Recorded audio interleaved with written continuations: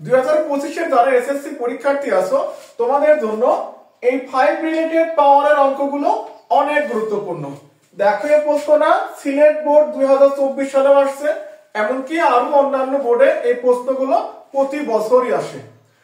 তো ক্লাসটা তুমি মনোযোগ সহকারে দেখো, আশা করি তোমার p⁵ অর্থাৎ প্লাস থাক আর মাইনাস থাক এই ধরনের প্রশ্নে আর কোনো সমস্যা হবে না। তো ফার্স্টে আমরা p⁵ প্লাস 1/p⁵ দেখব।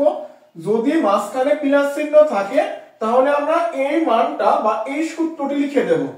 প্রথমে কিউবের মান বের করতে হবে, এরপর স্কয়ারের মান বের করবা, এরপরে নরমালি p প্লাস 1/p এর মানটা বের করবা। এখন প্রশ্ন হচ্ছে এত বড় সূত্র মনে রাখবো কিভাবে? এই দেখো এখানে প্লাস থাক বা মাইনাস থাক সেটা কোনো ফ্যাক্ট না, দুইটার ক্ষেত্রে আমরা কিউবের মানটা বের করব। অর্থাৎ p³ প্লাস 1/p⁵, এখানেও p³ প্লাস 1/p⁵, অর্থাৎ প্লাস মাইনাস যেটাই থাক দুইটার ক্ষেত্রে আমরা প্লাসের মানটা বের করব। এরপরে যদি প্রশ্নে আমাদের প্লাস দেওয়া থাকে সেক্ষেত্রে দুইটা ব্র্যাকেটে প্লাস নিবা আর বাইরে নিবা মাইনাস। তাহলে প্রশ্নে প্লাস থাকলে দুই ব্র্যাকেটের প্লাস বাইরে নেব মাইনাস। এই দেখো প্রশ্নে যদি মাইনাস থাকে তাহলে দুইটা ব্র্যাকেটে কি হবে বলো? দুইটা ব্র্যাকেটে হবে আমাদের মাইনাস আর বাইরে হবে প্লাস। আশা করি বুঝতে পারতেছো সবাই। এই ছোট্ট ট্রিক্সটি অবলম্বন করে আমরা খুব সহজে পড়াগুলো মনে রাখতে পারবো। তো এখন আসো আমরা এই প্রশ্নটি সলভ করি। তাহলে আশা করি আমাদের মনে আছে p⁵ প্লাস 1/p⁵ এর জন্য তিনটা মান প্রয়োজন। একটা p³ প্লাস 1/p⁵, একটা p² প্লাস 1/p², একটা p প্লাস 1/p। এই তিনটা মান বের করার জন্য আগে তোমাকে উদ্দীপকটা সলভ করতে হবে, এখান থেকে p এর মানটা বের করতে হবে। তো আমরা উদ্দীপকটা এখানে উঠিয়ে নিই। আমাদের দেওয়া আছে p² - 9 = 4√5। তো যেহেতু p এর মানটা বের করতে হবে তুমি p² বাম পাশে রাখো, বাকি এটাকে ডান পাশে নিয়ে যাও। তো 9 প্লাস 4√5। তো এখন আমরা এটার যদি এই স্কয়ারটা বাদ দিতে পারি তাহলে তো আমরা এখানে p এর মানটা পেয়ে যাব। তাহলে যদি স্কয়ারটা বাদ দিতে হয় তাহলে এই পাশেও একটা স্কয়ার তোমার লাগবে, তাহলেই তুমি স্কয়ার বাদ দিতে পারবা। তাহলে স্কয়ার নিয়ে আসার একটা ওয়ে আমাদের এখানে a + b² এর সূত্র করতে হবে। তো এখন এটা আমরা a + b² এর সূত্র বানানোর জন্য এই 5 কে লিখতে এই 9 কে লিখতে পারি 5 + 4। এই দেখো 5 আর 4 যোগ করলে কত হবে? 9 হবে। আর এইটাকে লিখতে পারি সূত্র হিসেবে 2 √5 * 2। দেখো তো লেখা যায় কিনা? এই দেখো 2 আর 2 গুণ করলে কত হবে? 4। আর এখানে কত হয়েছে? √5। তো এবার যদি এটা আমরা সূত্র আকারে বসাই, দেখো তো সূত্র আমরা কি জানতাম? a² + 2ab + b²। তো এই মাঝখানের পদটা কি বলতো? 2ab। তাহলে এইটা আমাদের 2, এইটাকে আমরা ভাবছি a আর এটাকে ভাবছি কি বলো? b ভাবছি। তাহলে a মানে এখানে √5, তাহলে এখানে রুট লাগবে।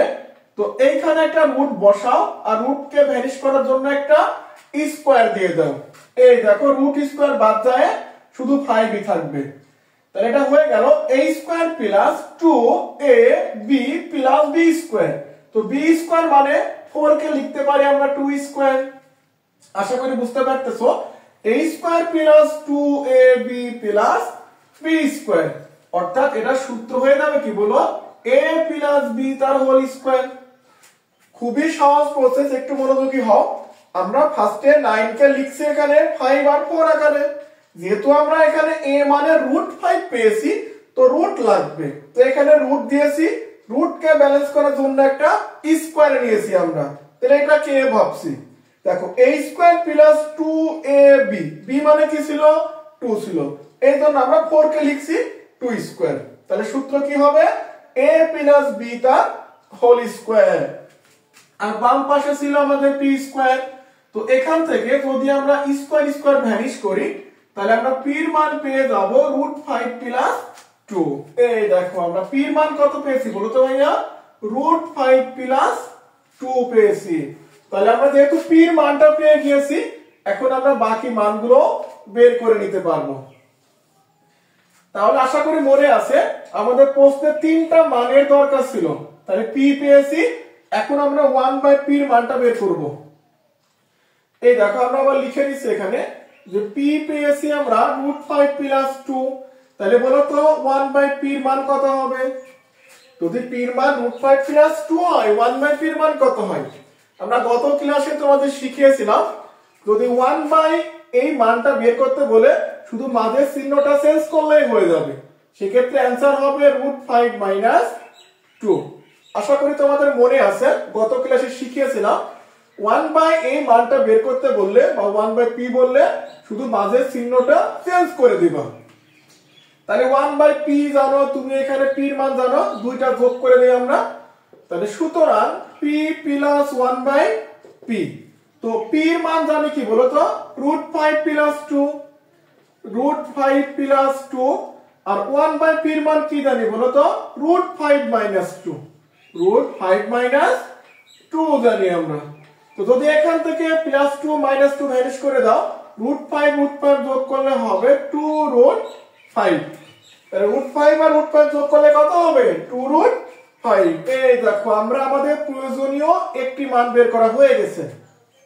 এবার আমরা স্কয়ারের মান বের করব, দেন ফাইনালি কিউবের মান বের করলে আমরা অ্যানসারটা পেয়ে যাব। তো আমরা স্কয়ারের মানটা বের করে নিই। এখানে লিখবো যে আমরা জানি বা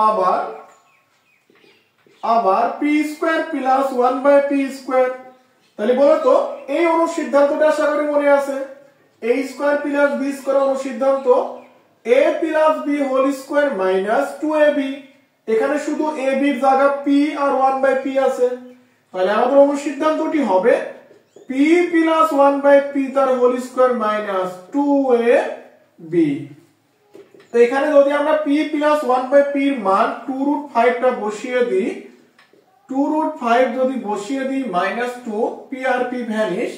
তাহলে এটা ক্যালকুলেশন করলে 2 যদি দুইবার গুণ করো 2 2 গুণ 4, আর √5 দুইবার গুণ করলে 5। তাহলে 4 পাশে কত হবে? 20 মাইনাস 2। তুমি মুখে মুখে না হয় তুমি এটা ক্যালকুলেটর প্রেস করে বের করে নিয়ে, তাহলে 20 থেকে 2 বাদ দিলে কত হবে বলো? 18 হচ্ছে। এই দেখো আমরা আমাদের প্রয়োজনীয় আরেকটি মান বের করা হয়ে গেছে। এখন ফাইনালি শুধু কিউবের মানটা বের করতে হবে। আমরা কিসের মান বের করব বলো? যদি আমরা p to the power cube plus 1/p to the power কিউবটা বের করতে পারি, তাহলে আমাদের অ্যানসারটি হয়ে যাবে। এখন আমরা দেখি কিউবের মানটা কিভাবে বের করা যায়। তাহলে আমরা লিখে নেব এখানে আবার p to the power cube plus 1/p to the power কিউবের অনুসিদ্ধান্তটি কি জানি বলো তো? এই দেখো p প্লাস 1/p তার whole cube minus 3p into 1/p into p plus 1/p। এই দেখো সহজ সূত্র, আশা করি মনে আছে। a cube plus b cube সমান কি জানো বলো? a plus b whole cube minus 3ab into a plus b। আমরা এই অনুসিদ্ধান্তটি বসিয়ে দিয়েছি, এবার মান বসাবো। p প্লাস 1/p এর মান কি জানি বলো তো? 2√5। তো এখানে 2√5 এর উপর কিউব দাও মাইনাস 3, p আর p ভ্যানিশ। আমরা এটার মানও জানি 2√5। তো যদি এইটা ক্যালকুলেশন করো, যদি তুমি 2 তিনবার গুণ করো কত আসবে? 8। আর √5 তিনবার গুণ করলে হবে 5√5। এই দেখো আমি এটা দেখিয়ে দিই। 2 যদি তিনবার গুণ করো কত হবে? 8। আর √5 যদি তুমি তিনবার গুণ করে, এই দেখো √5 গুণন √5 গুণন √5। তাহলে এইটার জন্য একটা 5 আর এখানে থাকছে শুধু √5। তাহলে 5 টা কত হবে বলো? 40। তাহলে 40√5 আর এখানে 3 দোকান 6, অর্থাৎ 6√5।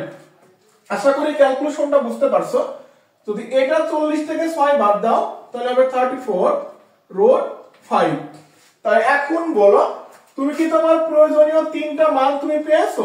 এই দেখো আমরা কিউবের মান পেয়েছি, আমরা স্কয়ারের মান পেয়েছি, আমরা নরমাল p এর মানটাও পেয়েছি।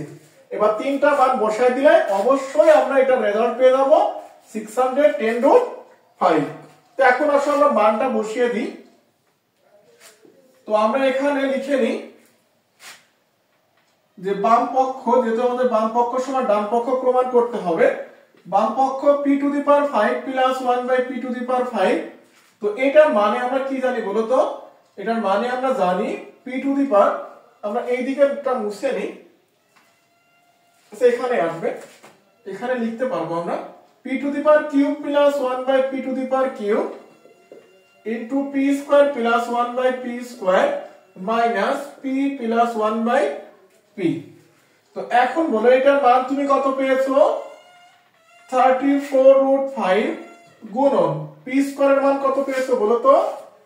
18 মাইনাস এটার মান কত পেয়েছো বলো? 2√5, 2 রুট কত? 5। এখন তুমি যদি এই দুইটা গুণ করো, গুণ করে যদি এর থেকে এই √5 টা বিয়োগ করো, দেখো যদি এখানে তুমি 34 আর 18 যদি গুণ করো, তাহলে তুমি এখান থেকে রেজাল্ট পাবা 612√5। কত পাবা বলো? 612√5 মাইনাস 2√5। যদি এটার থেকে 2 বিয়োগ করো, তো আমরা অ্যানসারটা পেয়ে যাচ্ছি 610√5। এটা হলো রাইট হ্যান্ড সাইড। এই দেখো, এই অঙ্কগুলো কিন্তু আহামরি কঠিন কিছু না, তোমার শুধু মনে রাখতে হবে যে যদি 5 এর মানটা বের করতে বলে তাহলে আমার এই সূত্রটা অ্যাপ্লাই করতে হবে। যদি এতটুকু জিনিস মাথায় রাখতে পারো তাহলে তুমি মাইনাসের অঙ্কটাও করতে পারবে। তো আশা করি বুঝতে পারছো সিলেট বোর্ড 2024 এর প্রশ্নটা। যদি কোথাও কোনো কনফিউশন থাকে অবশ্যই কমেন্টে জানাতে পারো।